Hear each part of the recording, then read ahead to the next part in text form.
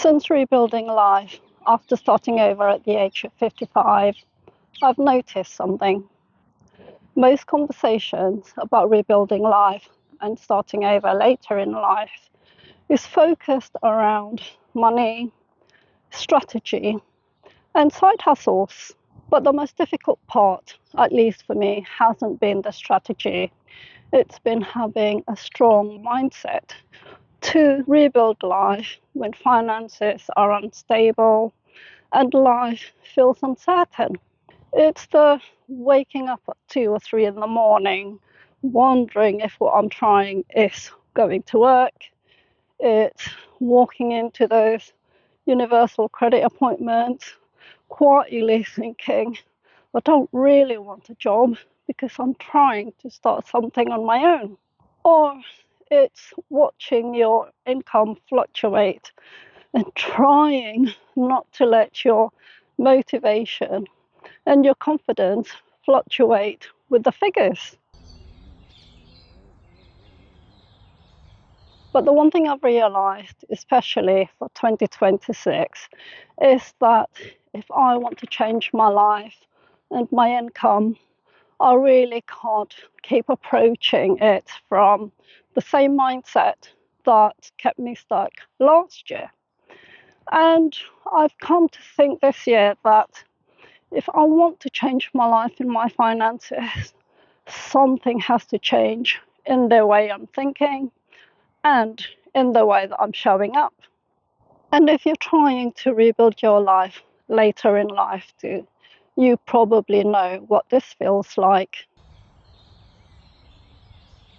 From what I've learned in the past year is that strategy really isn't enough. Whether you're trying to become financially independent, trying something online, or just trying to build financial income after 50, the mental and emotional aspect of it matters a lot more than people realize. So in this video, I'm going to share what I've put in place in 2026, mentally and emotionally, so I can keep myself confident while I'm rebuilding my life and my financial income. Trying to rebuild financially at this stage of life isn't just a practical, it's deeply personal. It's dealing with uncertainty. It's questioning whether you're making the right decisions. It's learning not to let difficult circumstances define how you see yourself. Over the past few months, and especially this year, I've realised that I can't keep thinking the way I was thinking last year, which was keeping me stuck.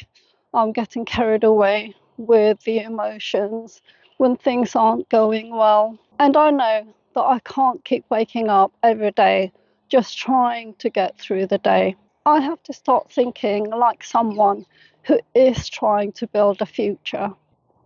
Admittedly, last year it was so easy to let my thoughts get away with me and to spiral into negativity. I kept asking myself questions such as, what did I do wrong? How have I got here? Why did I get myself into this situation? But when I was clearing up my storage unit the other week, I found a few of my journals that I'd written while I was with the narcissistic ex. And as I was reading what I'd written at the time, I began thinking to myself, why did you let yourself get into that situation? And why did you stay so long? And by thinking that way, it just made me realize how the benefits of time and distance really had changed my perspective. Reading my journals from a different vantage point have made me realize how much I've grown and how much calmer I feel now. I'm not so emotionally reactive and I can see things from a different perspective. Especially since doing my daily morning pages journaling, I've been able to notice how I'm really feeling.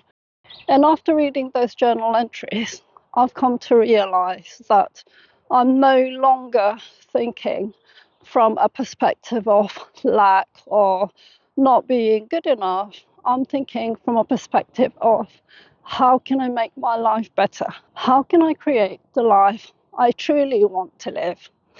And this is such an important growth and perspective for me. When life feels uncertain, it's so easy for the mind to fill the gaps with worry and overthinking.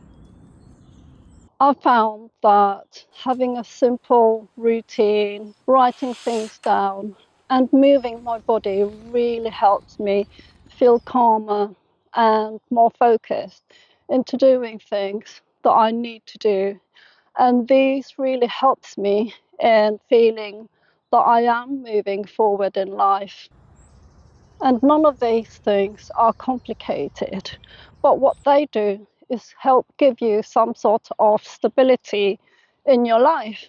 And stability is something that is really important when you are trying to rebuild your life, especially if it's full of uncertainty. So while I'm rebuilding my life and trying to create an income from scratch, these are the things I'm doing to help me keep mentally focused and steady. The one thing that I really have found most helpful is continuing to do my daily morning pages practice. And that's basically writing 3 pages, and I write on A4 size pages. And you're basically writing down your anxieties, your fears, what's troubling you at that moment in time. And this helps you clear your mind and your emotions to give you the energy to do what you need to do. But over time, I've found that I'm no longer wondering what I've done wrong or why is my life so bad. I've got to a point where I think I've pulled enough layers of the onion, so to speak, that I can now think forward. I'm asking different questions, such as how do I want my ideal life to be?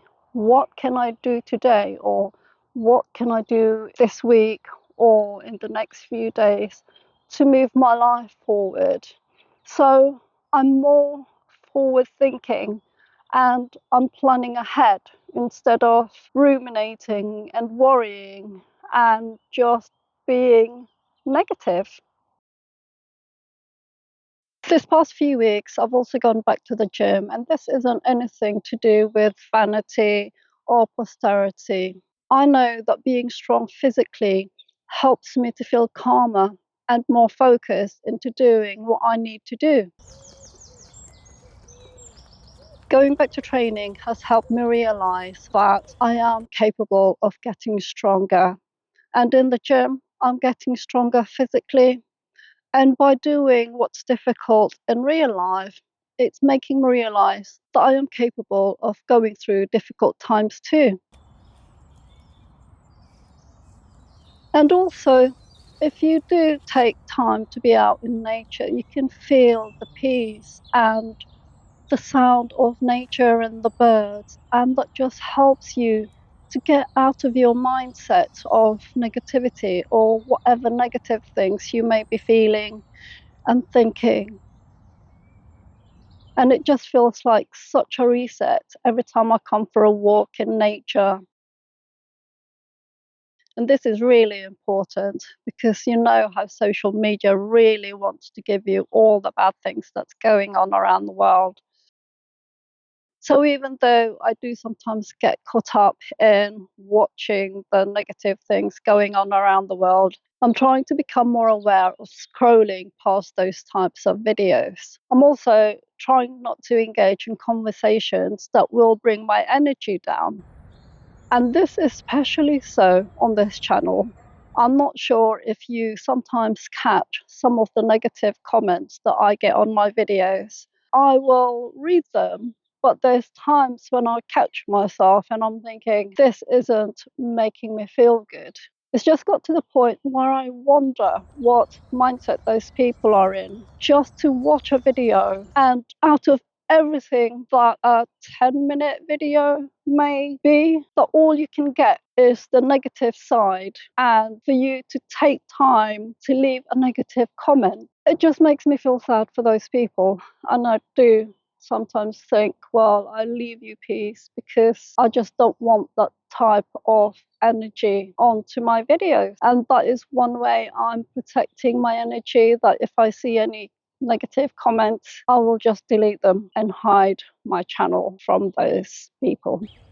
I know I share a lot of information on this channel, but I'm trying not to overshare now, just because I've realized that I don't need to justify myself or my actions to strangers who just might not agree with what I'm saying.